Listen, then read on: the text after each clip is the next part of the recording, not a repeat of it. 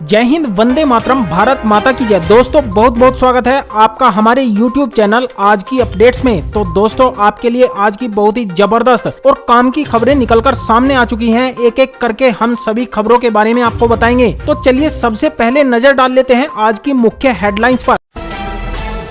किसान और हरियाणा के मुख्यमंत्री के बीच बातचीत अनिर्णायक। 3 घंटे चली बैठक में 4 मांगों पर नहीं बन पाई सहमति। अखिलेश यादव ने कांग्रेस पर साधा निशाना, कहा एक भी सीट नहीं मिलेगी। अमित शाह बोले अमेरिका इजराइल की तरह दुश्मन को घर में घुसकर मार रहा है भारत, राजनीतिक स्थिरता के कारण हुआ यह संभव। पंजाब में बढ़ेगी कांग्रेस की टेंशन, बोले अमित शाह, कैप्टन साहब से बातचीत चल रही है, अकाली भी आएंगे साथ। चरणजीत सिंह चन्नी ने केजरीवाल को बताया नकली, कहा गरीब का बेटा हूं, गरीबों के लिए काम कर रहा हूं। शिवसेना ने टीएमसी को दिया बड़ा झटका, बीजेपी के खिलाफ फ्रंट पर रुख किया साफ। राकेश टिकैत ने सरकार के सामने रखी 3 मांगे, कहा बिना इसके नहीं जाएंगे घर वापस। अब ट्रैफिक पुलिस नहीं छीन सकती आपकी गाड़ी की चाबी, ऐसा करने पर तुरंत बता दें ये नियम। AIMIM विधायक ने वंदे मातरम गाने से किया इनकार, छिड़ा बवाल, दी गई देश छोड़ने की सलाह।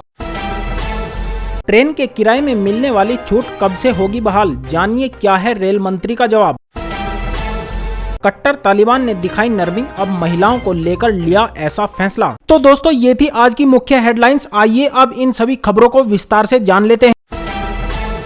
किसान और हरियाणा के मुख्यमंत्री के बीच बातचीत अनिर्णायक। 3 घंटे चली बैठक में 4 मांगों पर नहीं बन पाई सहमति। जी आपको बता दें किसान नेताओं के प्रतिनिधि मंडल द्वारा रखी गई मांगों पर दोनों पक्षों के बीच सहमति नहीं बनने के बाद शुक्रवार को हरियाणा के किसान नेताओं और मुख्यमंत्री मनोहर लाल खट्टर के बीच वार्ता बेनतीजा रही है। चंडीगढ़ में मुख्यमंत्री के आधिकारिक आवास पर 3 घंटे तक चली बैठक के बाद भारतीय किसान यूनियन के अध्यक्ष गुरनाम सिंह चरूनी ने कहा कि वार्ता विफल रही क्योंकि चारों मांगों पर दोनों पक्षों के बीच कोई समझौता नहीं हुआ। चरूनी ने कहा कि किसान संघ के नेताओं ने आंदोलन के दौरान किसानों के खिलाफ दर्ज मामलों को वापस लेने, शहीद किसानों के परिवारों के लिए उचित मुआवजा और सरकारी नौकरी और उनके लिए एक स्मारक बनाने के लिए भूमि आवंटन की मांग की थी।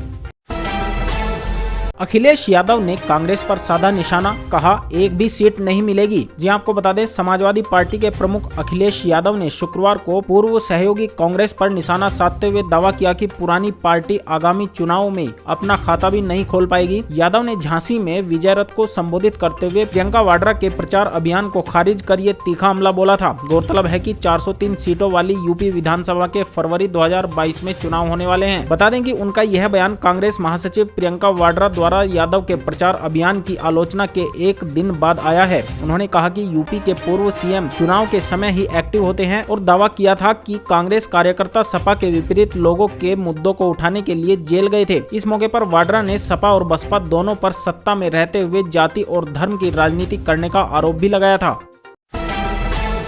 अमित शाह बोले अमेरिका इजराइल की तरह दुश्मन को घर में घुसकर मार रहा है भारत, राजनीतिक स्थिरता के कारण हुआ यह संभव। जी आपको बता दें केंद्रीय गृह मंत्री अमित शाह ने शनिवार को एक समिट के दौरान कहा कि कश्मीर में धारा 370 हटने के बाद वहां पर पर्यटन और निवेश बढ़ा है। कश्मीर के लोग शांति और सुरक्षा के बीच रह रहे हैं। उन्होंने यह भी कहा कि प्रधानमंत्री नरेंद्र मोदी ने कोरोना की दूसरी लहर के दौरान ऑक्सीजन की कमी को सफलता पूर्वक दूर किया। उन्होंने अपने सभी संसाधनों का बेहतर तरीके से उपयोग किया है। गृह मंत्री ने कहा कि भारत अब उन देशों में शामिल है जो दुश्मनों को उनकी भाषा में मुंहतोड़ जवाब देना जानते हैं। सीमा पार से फैलाए जा रहे आतंक को अब भारत उनके घर में जाकर खत्म करता है। अब हम सर्जिकल स्ट्राइक कर दुश्मन को करारा जवाब देते हैं। यह कारनामा अब तक अमेरिका और इजराइल ही करते थे, लेकिन अब हम भी ऐसा करने में सक्षम हैं। उन्होंने आगे कहा कि धारा 370 हटने और आतंकवाद पर लगाम लगने के बाद कश्मीर अब धीरे धीरे देश के साथ एकता के साथ खड़ा हो रहा है। वह राज्य अब सामान्य हो रहा है।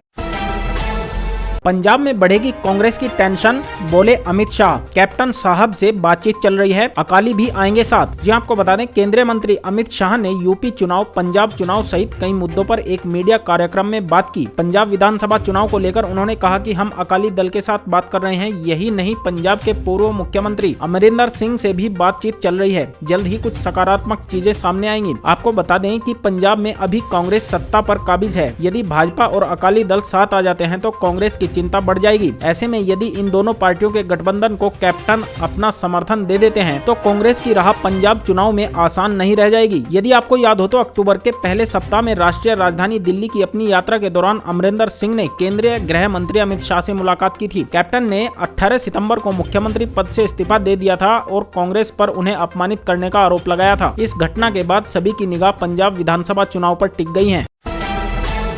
चरणजीत सिंह चन्नी ने केजरीवाल को बताया नकली, कहा गरीब का बेटा हूं, गरीबों के लिए काम कर रहा हूं। जी आपको बता दें, पंजाब के सीएम चरणजीत सिंह चन्नी एक मीडिया कार्यक्रम के दौरान आगामी विधानसभा चुनाव को लेकर अपनी रणनीति और विपक्ष को लेकर खुलकर बात की। उन्होंने नवजोत सिंह सिद्धू पर किए गए सवाल पर कहा कि कोई भी नेता राजनीति में आता है तो उसकी एक सोच होनी चाहिए, अगर सोच नहीं होगी तो वो आगे नहीं बढ़ सकता। उन्होंने कहा कि सिद्धू की ये सोच है तो गलत नहीं है। उन्होंने कहा कि सिद्धू हमारे बड़े भाई और प्रदेश अध्यक्ष हैं। वहीं चुनाव को लेकर उन्होंने साफ कहा कि पंजाब की जनता पार्टी और विधायकों को तय करना है कि कौन सीएम बनेगा। वहीं चन्नी ने दिल्ली के सीएम अरविंद केजरीवाल पर निशाना साधते हुए कहा कि लोग गरीब की बात क्यों करते हैं, क्योंकि उन्हें पता है कि मैंने गरीबी देखी है। वहीं केजरीवाल को नकली बताते हुए उन्होंने आगे कहा कि केजरीवाल ने मुझे नकली आम आदमी कहा, फिर उन्हें समझ में आ गया कि ये असली आम आदमी है। शिवसेना ने टीएमसी को दिया बड़ा झटका, बीजेपी के खिलाफ फ्रंट पर रुख किया साफ। जी आपको बता दें, शिवसेना ने पश्चिम बंगाल की मुख्यमंत्री ममता बनर्जी की पार्टी तृणमूल कांग्रेस को बड़ा झटका दे दिया है। शिवसेना ने यूपीए के बिना अलग मोर्चा बनाने से इनकार कर दिया। सीएम ममता बनर्जी चाहती हैं कि बीजेपी के खिलाफ यूपीए से अलग बाकी क्षेत्रीय पार्टियों का मोर्चा बने। शिवसेना के मुखपत्र के एग्जीक्यूटिव एडिटर और राज्यसभा सांसद संजय राउत ने कहा कि बिना कांग्रेस पार्टी के कोई मोर्चा नहीं बन सकता। तीसरा चौथा मोर्चा किसी काम का नहीं है, वोटों का बंटवारा ही होगा। यूपीए को मजबूत करने की जरूरत है, सब मिल बैठकर बात करेंगे। यूपीए की चेयरपर्सन सोनिया गांधी और उनके नेतृत्व पर किसी ने सवाल नहीं उठाया। इसके अलावा शिवसेना के मुखपत्र सामना में भी इशारों ही इशारों में पश्चिम बंगाल की मुख्यमंत्री ममता बनर्जी पर निशाना साधा गया। सामना में लिखा गया कि ममता की राजनीति कांग्रेस उन्मुख नहीं है। पश्चिम बंगाल से उन्होंने कांग्रेस, वामपंथी, बीजेपी का सफाया कर दिया। राकेश टिकैत ने सरकार के सामने रखी 3 मांगे, कहा बिना इसके नहीं जाएंगे घर वापस। जी आपको बता दें, तीनों कृषि कानूनों के रद्द होने के बाद भी किसानों का आंदोलन जारी है। केंद्र सरकार चाहती है कि किसान धरना छोड़कर अपने घर वापस चले जाएं। वहीं किसान एमएसपी, मुआवजे और अपने ऊपर लगे केस वापस लेने की मांग पर अड़े हुए हैं। संयुक्त किसान मोर्चा ने आज किसानों की बैठक बुलाई है, जिसमें इन सब मुद्दों और किसानों की घर वापसी पर चर्चा होगी। इस बीच भारतीय किसान यूनियन के राष्ट्रीय प्रवक्ता राकेश टिकैत ने कहा कि एमएसपी कानून बनने तक किसान आंदोलन खत्म नहीं होगा। राकेश टिकैत ने कहा कि अभी आंदोलन खत्म नहीं हो रहा है, सरकार से बातचीत शुरू हुई है, बातचीत से ही समाधान निकलेगा। संयुक्त किसान मोर्चा की मीटिंग में आज आगे की रणनीति तय होगी। मुकदमे वापस लेने पर भी बात हो रही है। हरियाणा सरकार से बात हुई है, किसानों के खिलाफ दर्ज केस वापस लेने होंगे, किसानों को मुआवजा देना होगा और एमएसपी पर कानून बनाना ही होगा। अब ट्रैफिक पुलिस नहीं छीन सकती आपकी गाड़ी की चाबी, ऐसा करने पर तुरंत बता दें ये नियम। जी आपको बता दें, अगर आप वाहन चलाते हैं तो आप इस बात से जरूर वाकिफ होंगे कि कई बार ट्रैफिक पुलिसकर्मी चेकिंग के दौरान गाड़ी की चाबी निकाल लेते हैं, लेकिन क्या आप जानते हैं कि उन्हें इस बात का अधिकार नहीं होता। अगर आपके साथ भी ऐसा होता है तो आपको क्या करना चाहिए, इस खबर में जानिए। बता दें कि ट्रैफिक पुलिसकर्मी के पास चेकिंग के दौरान आपकी गाड़ी से चाबी निकालने का अधिकार नहीं होता है। उसके अलावा ना तो वो आपकी गाड़ी के टायर की हवा निकाल सकते हैं और ना ही आपको गाली दे सकते हैं या बदसलूकी कर सकते हैं। अगर आपके साथ कोई ट्रैफिक पुलिसकर्मी ऐसा है तो आप सबूत के तौर पर उस घटना का वीडियो बना लीजिए, फिर नजदीकी पुलिस स्टेशन में या फिर उसके सीनियर अधिकारी से शिकायत कर सकते हैं, क्योंकि मोटर व्हीकल एक्ट 2019 में ट्रैफिक पुलिसकर्मियों को ऐसा कोई अधिकार नहीं दिया गया है।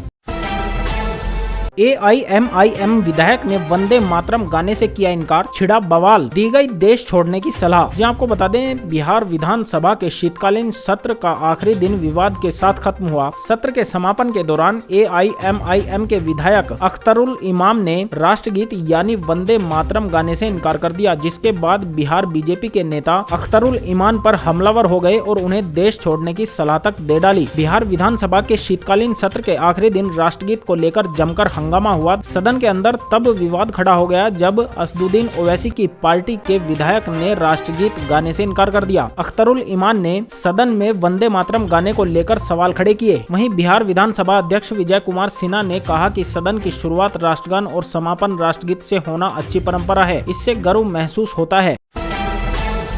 ट्रेन के किराए में मिलने वाली छूट कब से होगी बहाल, जानिए क्या है रेल मंत्री का जवाब। जी आपको बता दें, कोरोना महामारी का असर पहले के मुकाबले भले ही कम हो गया हो, लेकिन यात्रियों को ट्रेन किराए में मिलने वाली रियायत अभी तक शुरू नहीं हुई है। ऐसे में हर कोई यह जानना चाहता है कि आखिर रेलवे पुरानी व्यवस्था कब बहाल करने वाला है। रेल मंत्री अश्विनी वैष्णव ने शुक्रवार को संसद में इस सवाल का जवाब दे दिया। रेल मंत्री अश्विनी वैष्णव ने संसद में बताया कि कोरोना महामारी के चलते वर्ष 2020-21 के दौरान ट्रेनों के एसी डब्बों में 70% यात्री कम हुए हैं। लोग बहुत जरूरत होने पर ही यात्रा कर रहे हैं, इसलिए यात्रियों की संख्या में गिरावट आई है। साथ ही उन्होंने यह भी साफ किया कि रेलवे के टिकटों पर बंद रियायतों को फिलहाल शुरू नहीं किया जा सकता है।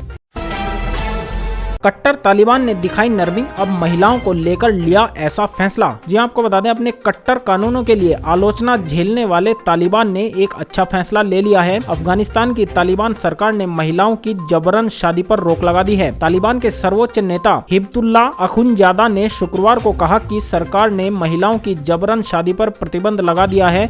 हालांकि तालिबान के इस कदम को दिखावटी भी माना जा रहा है। कई एक्सपर्ट्स को लगता है कि दुनिया के सामने अपनी छवि सुधारने के लिए तालिबान ने यह घोषणा की है। असलियत में महिलाओं के साथ उसकी क्रूरता जारी रहने की आशंका है।